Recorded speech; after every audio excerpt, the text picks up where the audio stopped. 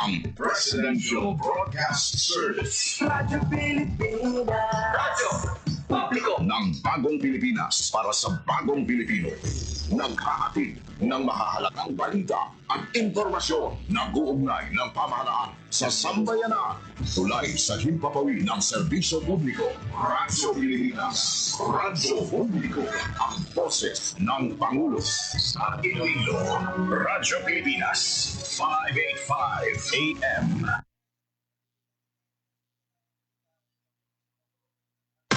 Time to celebrate kulturang Pinoy. Tradisyon, musika, sining, literatura, at iba pa. Anything and everything fun and Filipino. Ito ang Pinoy Kultura. Iba ang musikang Pilipino, or more popularly known as OPM. May OPM na makabago. May OPM na makaluma. Sandal mo sana. May OPM na rock. May OPM na rap. You know, last night, yo, it was the best. May OPM na mabagal.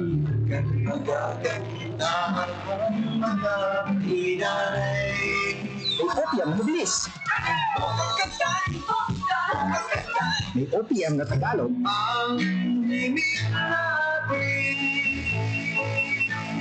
May OPM na English. Bahagi ng ating kultura, noon, ngayon, at magpakailanman. Anumang OPM ang hanap mo, isa lang ang masasabi ko.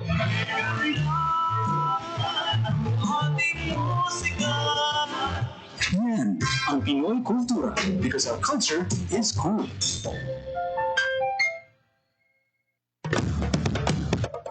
Ito ang Presidential Broadcast Service. Radyo Pilipinas. Radyo Publiko ng Bagong Pilipinas para sa Bagong Pilipino. Naghahatid ng mahahalagang balita at impormasyon na guugnay ng pamahalaan sa sambayanan.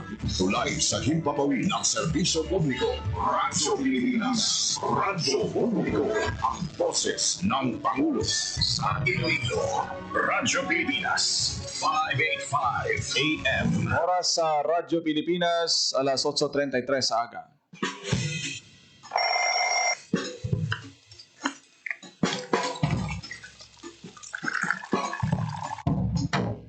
Aga sa Iloilo. Masako. Magahod. Mabagsik.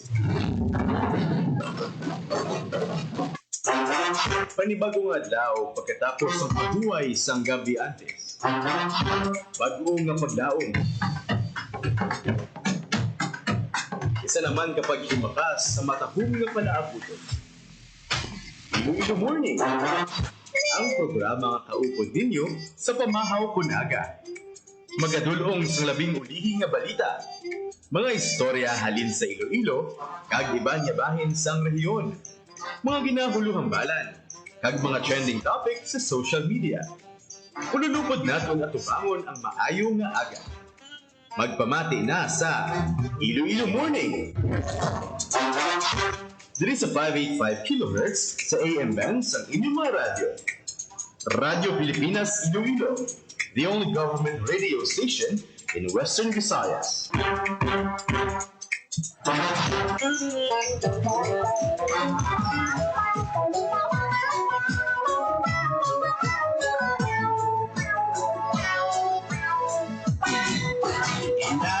Hayong aga Pilipinas, good morning Western Visayas. Welcome sa Iloilo Morning Program.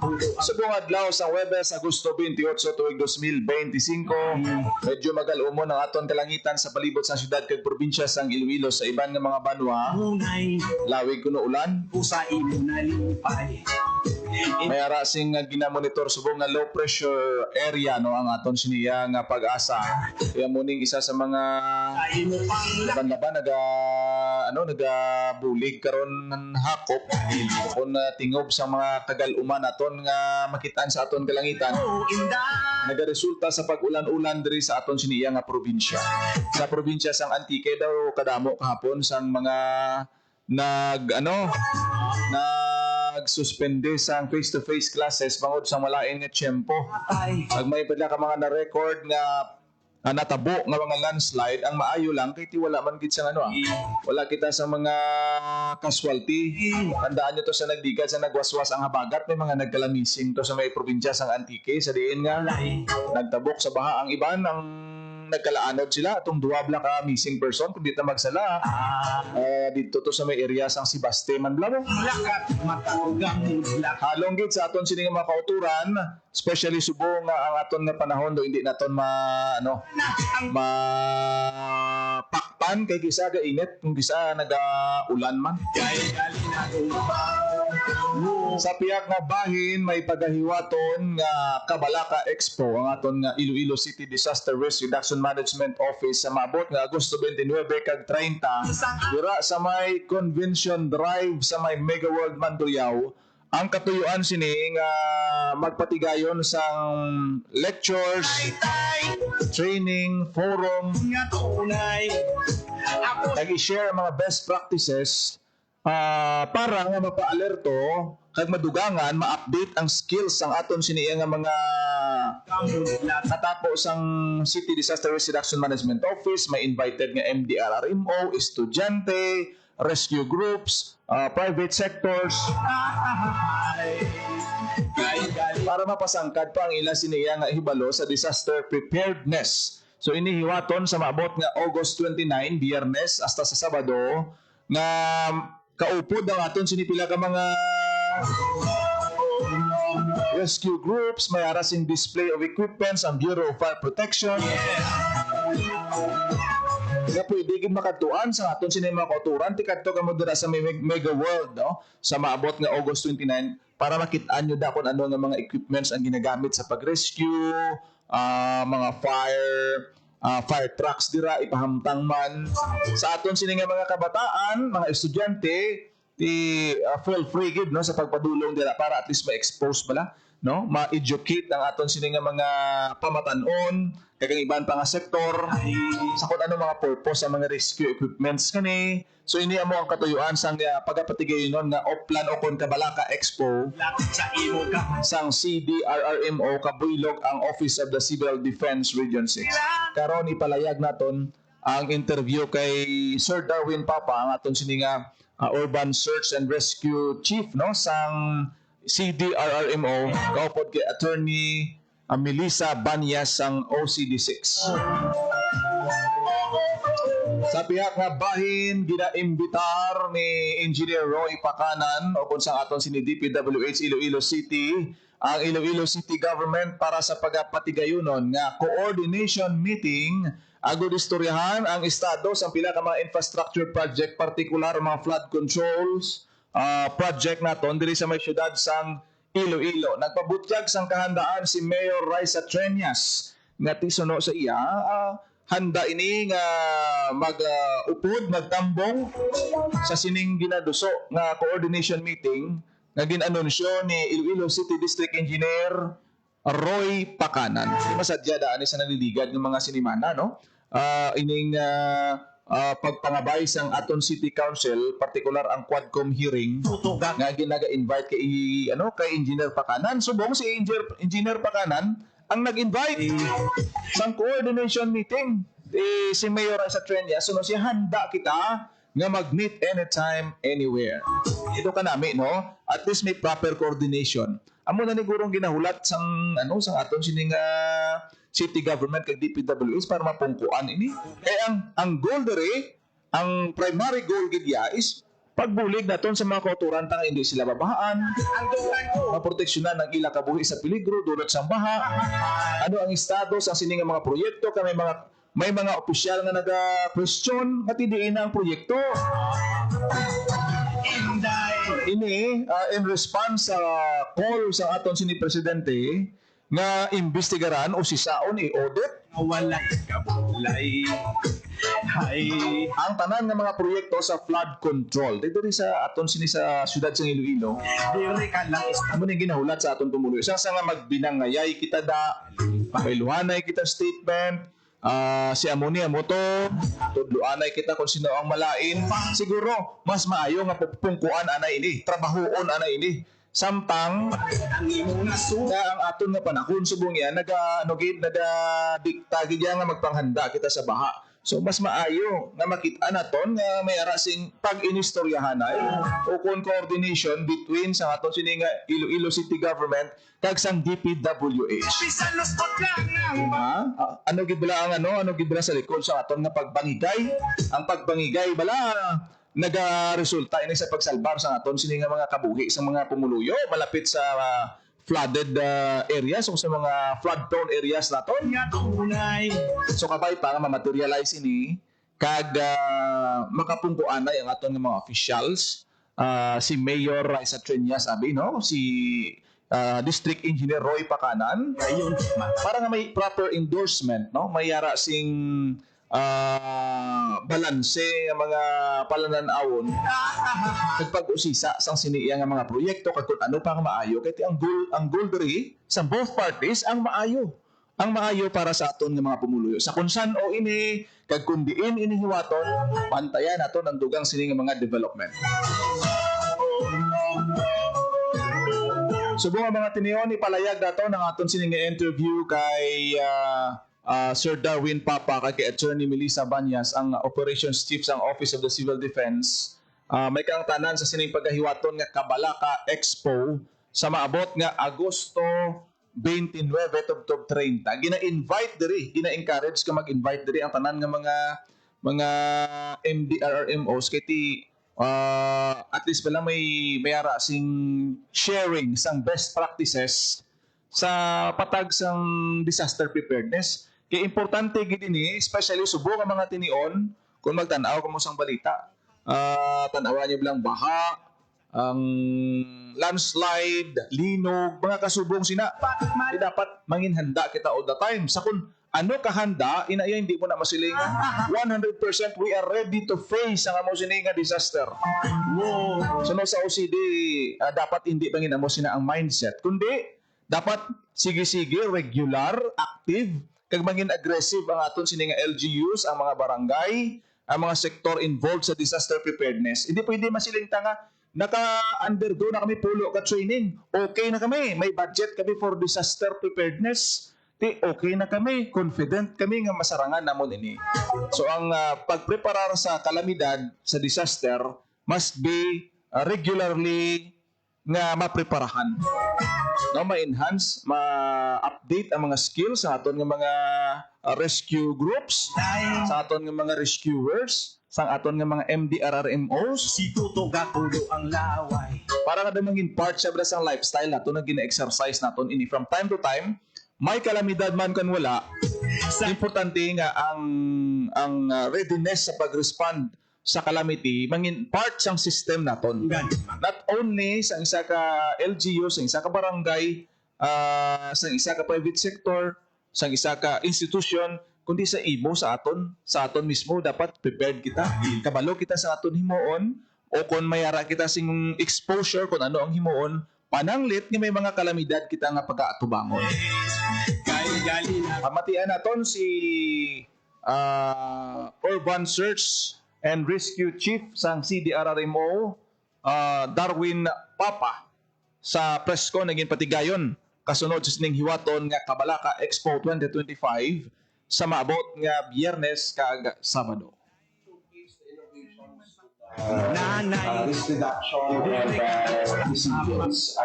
This activity will happen on starting this Friday, August 29 until Saturday, the 30th, at the Convention Drive, Iloilo Business Park, Mega World sa Mandurriao.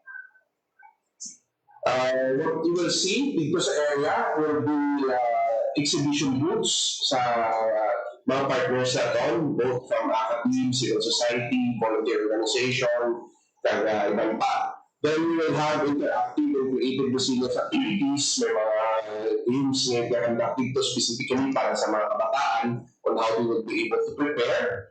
And may mga exhibitions for kita in terms of response assets na may nakakita sa syudad sa Iloilo. And one of the highlights actually sa ating event will be a round of 10 to 15 minute talks specifically coming from our partners in tinuluhan sa TikTok, kung sa din mag-discuss sila sa mga briefings, specifically more impactful briefings in terms of DRRM and preparedness sa pagsatansa organization na ginatanda nila. I think that's all from my part. Nabatian si Sir Darwin Papa, no, Urban Search and Rescue Chief sa CDRRMO. Sa siningang mga tumiyawan, pamatian natin si Attorney Melissa Banyas, ang Operations Chief sa OCD Region 6. Is to like showcase what we've got to the people. So since this is a multi-agency collaboration, so as we all know, Region 6 is really a champion when it comes to collaboration with other agencies. So what we want to achieve here is to really let the people know that in the city we have this equipment, we have this capacity, we have this materials, materials no, that we can share to the people, and this is for free. So we're not only after during the response, but what matters most is our preparedness. And one of the things that we really want to showcase is that how prepared are we, not only the Iloilo City government, but as well as with other multi-stakeholders, or other stakeholders such as the schools, the academy. Many times kasi parang we overlook when it comes to DRM, we overlook some of them kasi parang we talk nga, this is only for the government. But in fact, DRM is everybody's business and they have their role to play. So that's why we collaborated with the private sector, like the Mega World and then other academy, because they also have what they've got na wala sa atin. So they have the skills, they have the people, they have the capacity to conduct research, they have the capacity to innovate as well. So, but in fact, DRM is everybody's business and they have their role to play. So that's why we collaborated with the private sector, like the Mega World and then other academy, because they also have what they've got na wala sa atin. So they have the skills, they have the people, they have the capacity to conduct research, they have the capacity to innovate as well. So with that, we can partner with them so that we can achieve resilience not only in Iloilo City but in the whole Western Visayas. And through this Grand Expo, this is the first in Iloilo City, but hopefully when this will become successful. Nabatian si Attorney Melissa Banyas, ang Office of the Civil Defense 6 Operation Chief, sa sining ginpatawag man kahapon nga presscon sang CDRRMO may kang tanan sa pagaywaton nga Kabalaka Expo dira sa may Convention Drive, Iloilo Business Park, Mega World, Mandurriao. 92 ka mga exhibitors gikan sa LGUs, academe, civil society, private sector sa mga upod diri. Sa dason gani ko suno kay Sir Darwin Papa, may ara sing sa sunod siguro mahiwat sila sang simulation exercise. Ibalan na naton kung ano ka importante ang role sang simulation exercises sa diin nga may mga situation wala nga gina respondihan ng aton nga mga rescue groups. Halimbawa sina may mga fire incident, may mga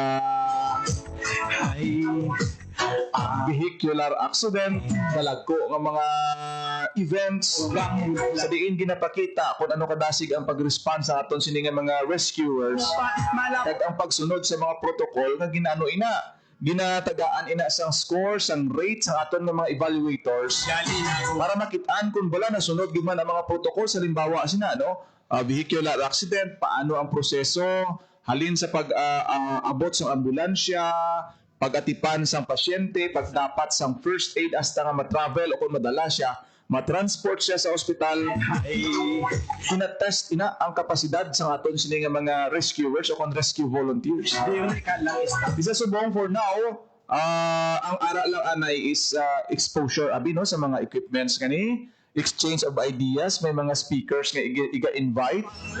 May of course kung may speaker, may opportunity to ask questions. Ang aton mga estudyante, ang aton nga mga delegates sa diin nga ma-enhance ang ila sini nga skills, ang ilang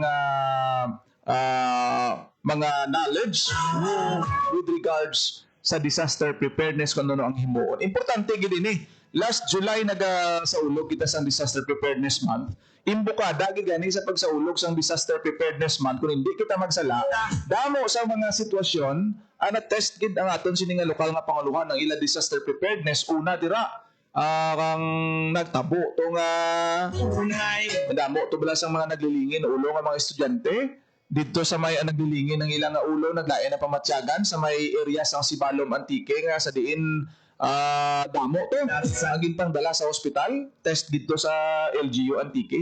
Tandaan niyo to nga may nag-respond ng mga ambulansya, health personnels din padala sa probinsya agad mag-respond sa kasubong nga sitwasyon. Mayaraman sang sunod-sunod nga bagyo, 3 ka bagyo ang nag-abot ang diri sa may area sa Western Visayas malayo wala nagagi sa ato ng bagyo pero ang habagat hinigop sa sining 3 ka bagyo nga sunod-sunod damo sa mga ginbakwit. May mga baha kay naglabot pa sa alert level gani ang estado sang pila naton ka mga suba. Kay dito sa Antique may mga nagkalaanod gid ya, may mga taytay nga mga naapektuhan. Hindi maagyan.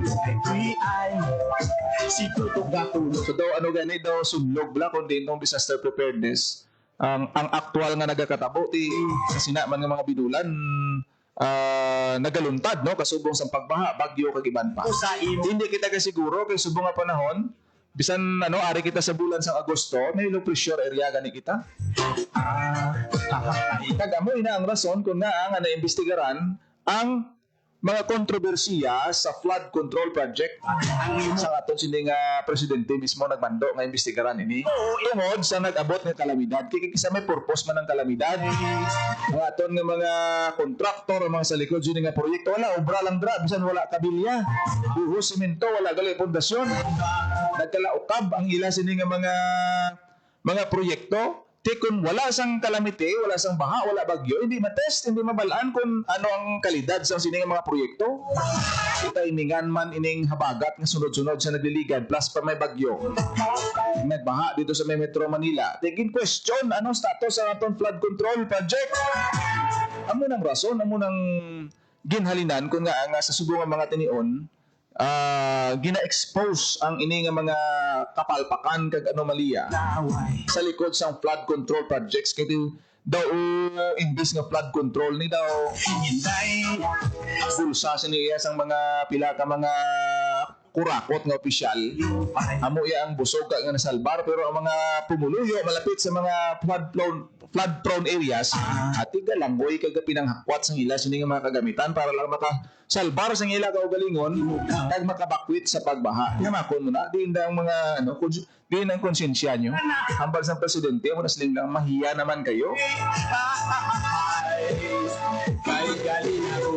dapat dapat sa aton sini nga saulog sa aton pagpanghanda sa disaster preparedness mangin palagyan igugma kung tagit mangin palagyan manini para ma-trace kung ano pa ang dapat nga i-improve especially nga ang kalamidad wala sang ginapili nga tion muna kinahanglan ginaton mangin prepared all the time suno sa Office of the Civil Defense. That's why nga gina-enhance gid ang tanan naton nga mga MDRRMCs. Gina-test ang ila sini nga mga capabilities sa pag-respond sa nagkalain-lain nga mga emerhensya. So, kadto ka muda August 29 to 30 sa may Mega World area sa may Convention Drive Iloilo Business Park. May mga i-exhibit nga mga equipments ang Bureau of Fire Protection. Kitaan mo na mga ladder nila ang